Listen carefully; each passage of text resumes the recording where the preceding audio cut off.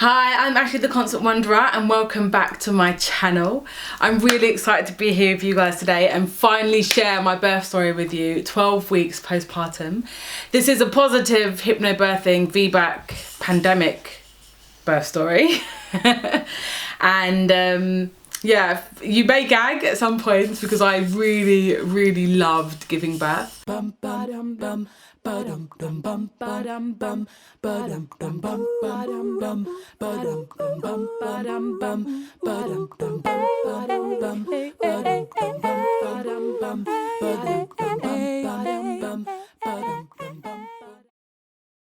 Okay, so before I start telling you guys my birth story, I just want to put a little disclaimer out there because I know for a fact that every birth is different and every birth is different for every woman. Every woman's different, every circumstance is different.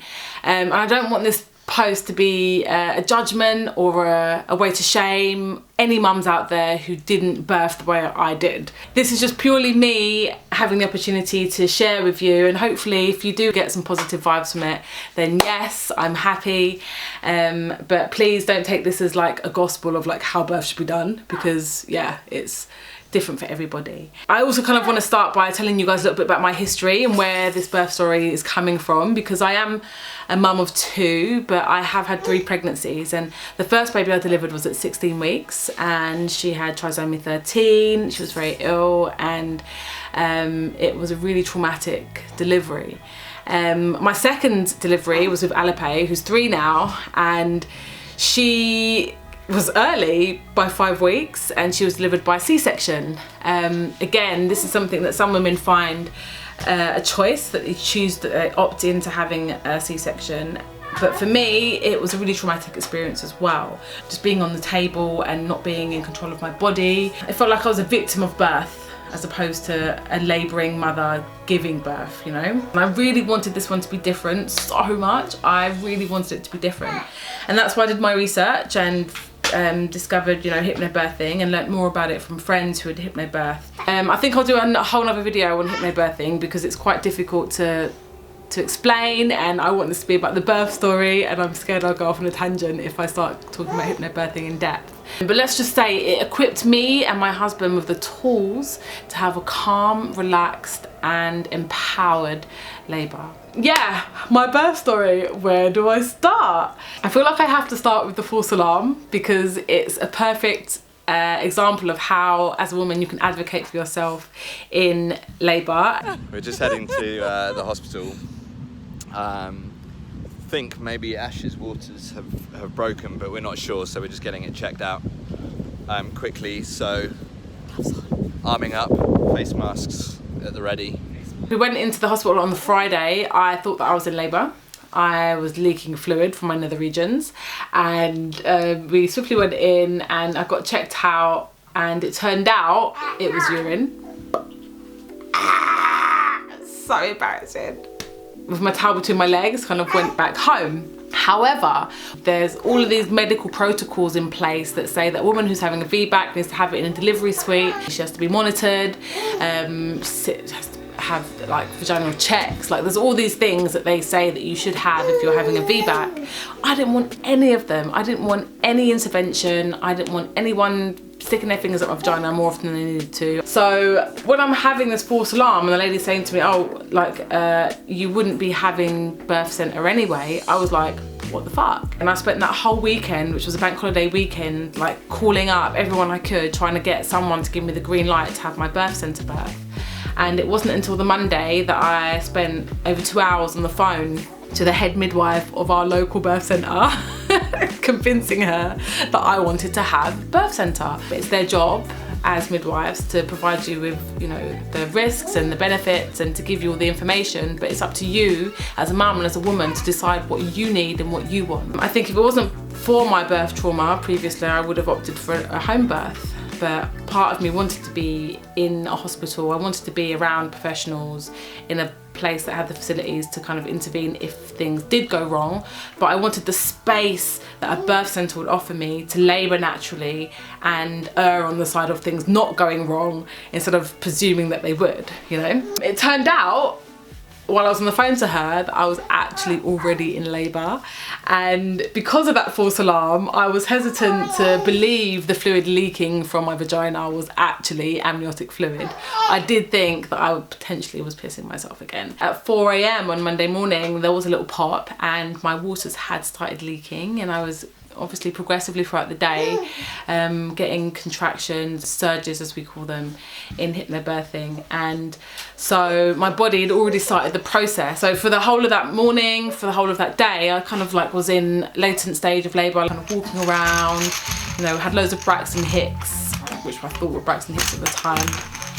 And obviously it was me down in Alipay. We had breakfast, we chilled, we went for a walk. I, you know, double checked my hospital bag.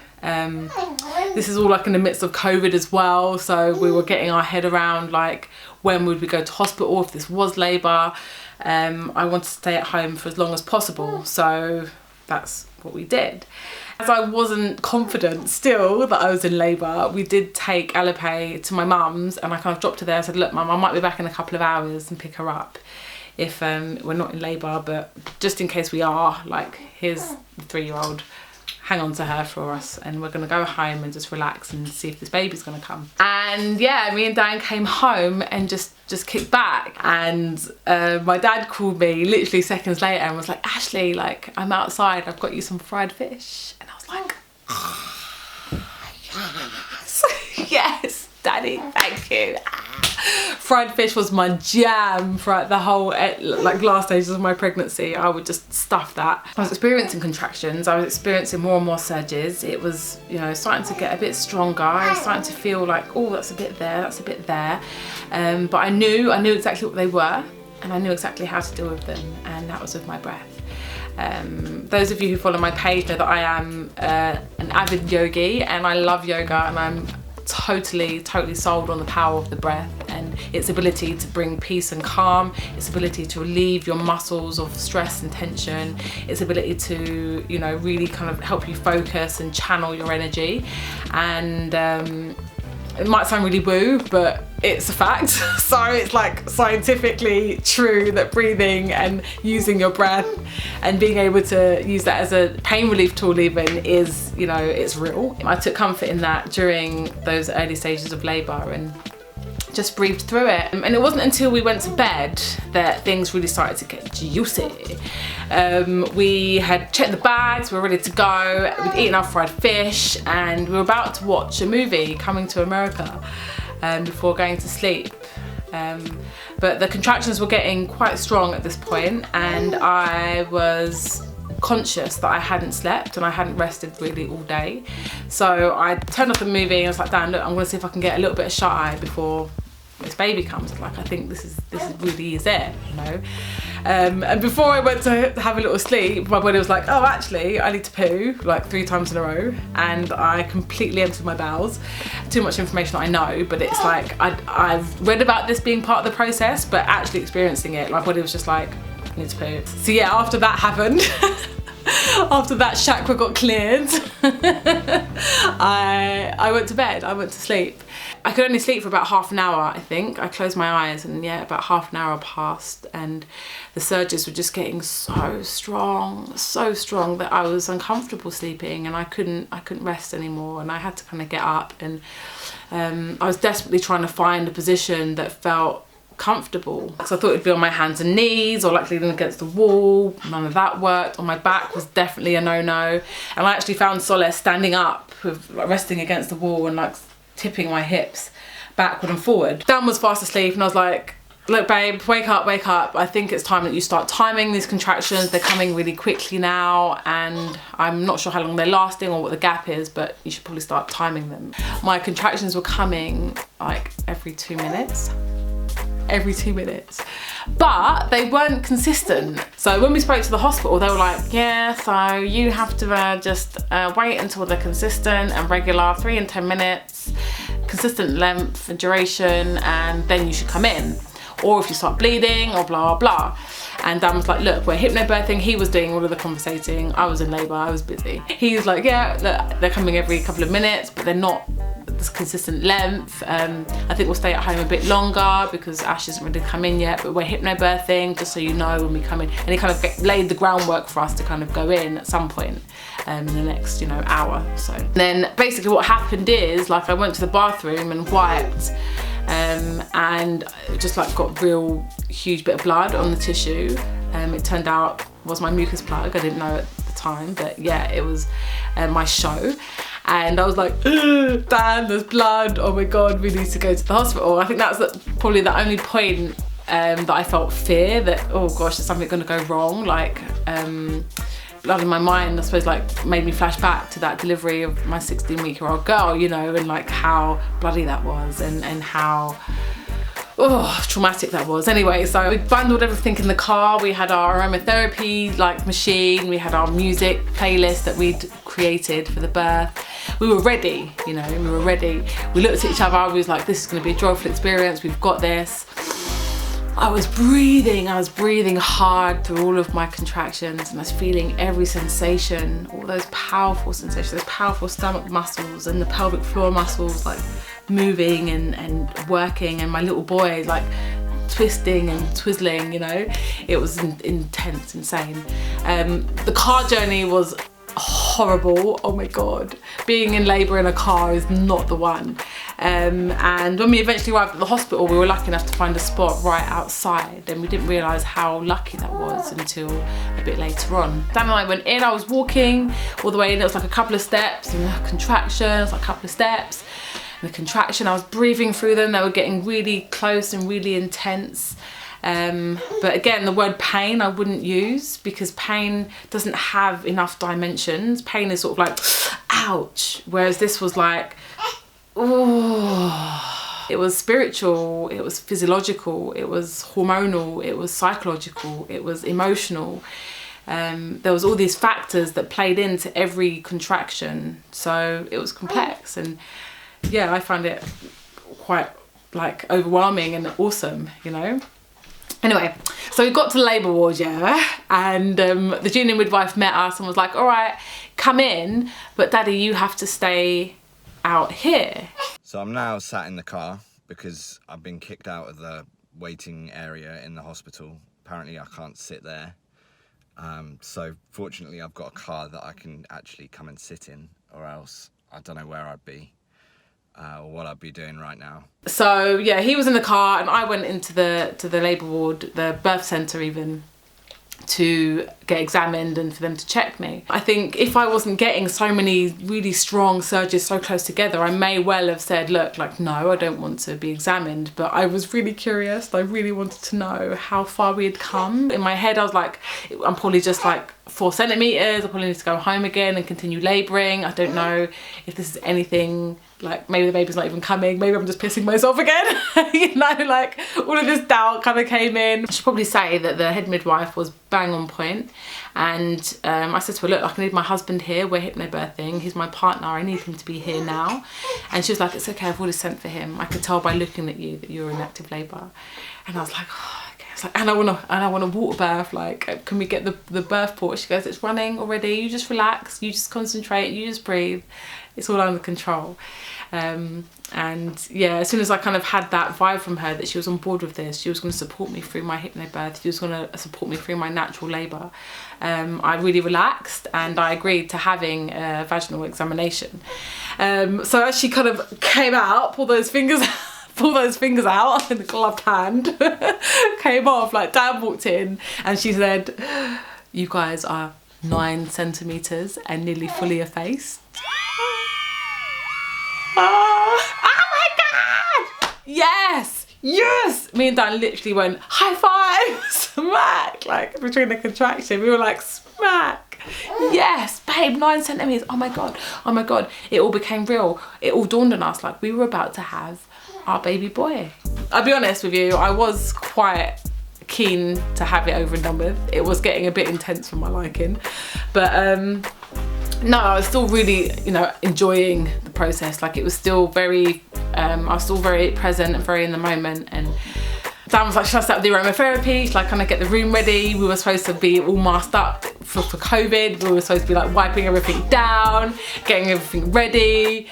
But no, that all went out the window. We were just so in the moment about having our baby that we forgot all about COVID. You know, we was in this wonderful birth centre room. We had the space, we had our birth pool filling up. Oh, he was such a wonderful birth partner.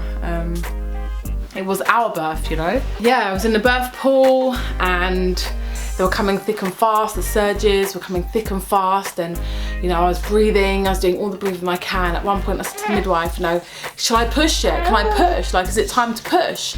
And she turned and looked at me and said, "Ash, like, I'm happy to go with whatever your body is telling you to do. You've come this far. You tell me. Are you ready to bear down? Are you ready to push?" And I was like, "I think I'm ready." So I laboured in the pool. Warm water like being poured onto my back, like resting my head on Dan's lap, him reminding me again and again, we're gonna meet our little boy soon, we're gonna meet our baby boy soon, we're gonna meet our son soon, Ashley, like, you've got this, you're amazing, keep going.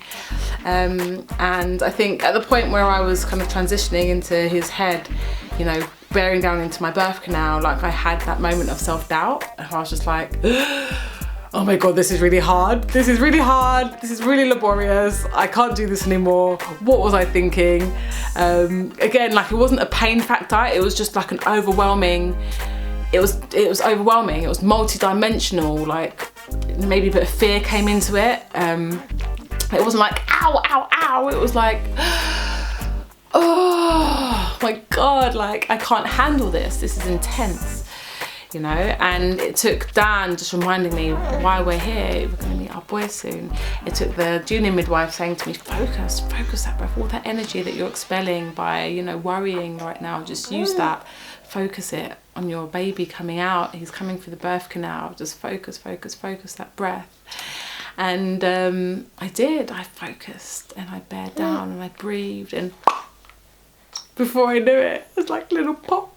It wasn't, I don't know if there actually was a pop, but in my mind it's like, oh, and there was his little head looking up at me, sticking out of my vagina. It's just a really surreal thing of like looking down and seeing a child's heads, you know, sticking out of you. And I felt his hair and I felt his head, and I was like, okay, like this is it, he's here, you know. And with the next contractions, I think it was like 2 more surges, and bam, my little boy floated into the water below me, and we lifted him up slowly, like this, yeah, like this, and put him on my chest, like this, wasn't it? And then we kissed you and I was like, you're here. And Dan was a little bit in shock because he had a really funny shaped head, as they do when they first come out. His head was like, and Dan was like, oh, is he really mine? Yeah, like an hour and a half after arriving at the hospital, Atticus Rudy was born.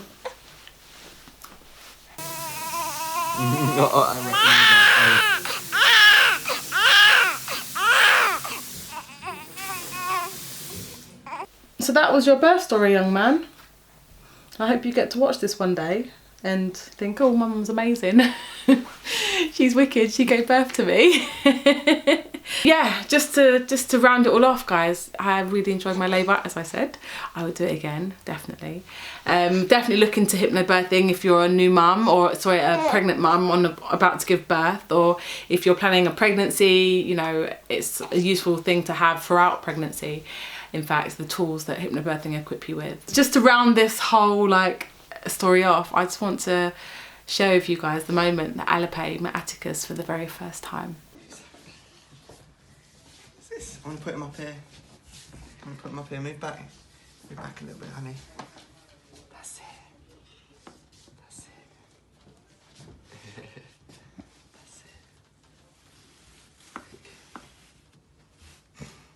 Who's that, Pepe? Who's that?